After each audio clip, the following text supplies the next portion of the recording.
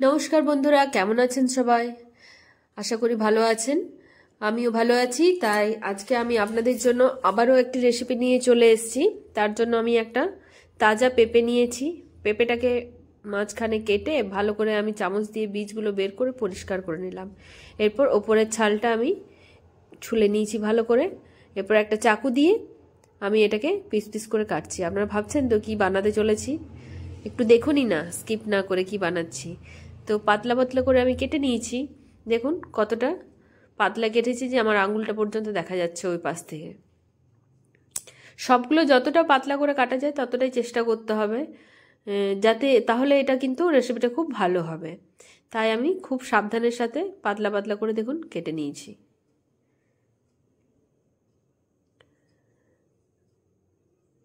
দেখুন সবটা অর্ধেকটা পেঁপেটা আমি পুরোটা দিইনি, আর জলটা আমি আগের থেকে গরম করে রেখেছিলাম, তার মধ্যে আমি পেঁপেগুলো সব দিয়ে দিলাম। পেঁপেগুলো একটু মিক্স আপ হয়ে আছে, তাই সবটা আমি একটু চামচ দিয়ে নেড়ে দিচ্ছি ভালো করে। এরপর আমি কিছুক্ষণের জন্য এটাকে ঢাকা দিয়ে রাখবো। দেখুন পেঁপেটা আমার সেদ্ধ হয়ে গেছে। আমি এখানে 80% মতো এটাকে কুক করেছি, টোটালি কুক করিনি। দেখুন এটা মুড়লে এইভাবে ভাঁজ হচ্ছে এবং গোটা গোটাই রয়ে গেছে অনেকটা। দেখুন হাতে করে ছিঁড়েও আমি দেখাচ্ছি, এই এতখানি কুক হয়েছে, আর এতটাই আমার প্রয়োজন ছিল। এরপর আমি একটা কড়াই নিয়ে নিয়েছি, তাতে আমি হাফ বাটির মতন চিনি দিয়ে দিয়েছি এবং ওই বাটিটার মাপেই আমি 1 বাটি জল এবং আরও হাফ বাটি জল দিয়ে আমি চিনির রসটাকে ভালো করে ফুটিয়ে নেব। এরপর নিশ্চয়ই বুঝতে পারছেন যে আমি কি বানাতে চলেছি। ঠিকই ধরেছেন, আমি পেঁপের প্লাস্টিক চাটনিটা বানাতে চলেছি।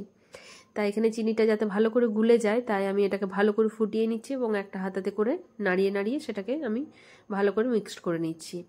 এরপরে এই অবস্থায় রসটা ফুটে ওঠার পর আমি পেঁপেটাকে দিয়ে দিলাম, সেদ্ধ পেঁপেটাকে, যাতে চিনির রসটাকে খুব ভালো করে এটা টেনে নিতে পারে, অ্যাবজর্ব করতে পারে।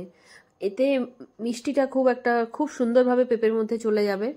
আর চাটনির মধ্যে একটু নুনও দেওয়া দরকার, তাই পরিমাণ মতো নুন দিয়ে আমি ঢাকা দিয়ে দিচ্ছি।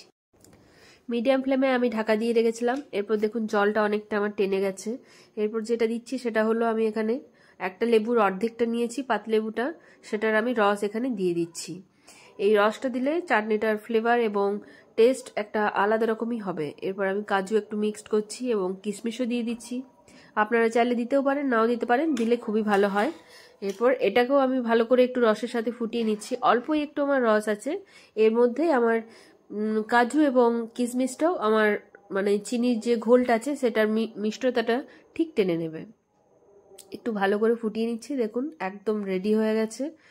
গরম গরম ঠান্ডা আপনি রেখেও বাড়িতে খেতে পারবেন এবং অনুষ্ঠান বাড়ির মতনই হয়েছে এটা। তাই অবশ্যই আপনারা এনজয় করুন। Thank you.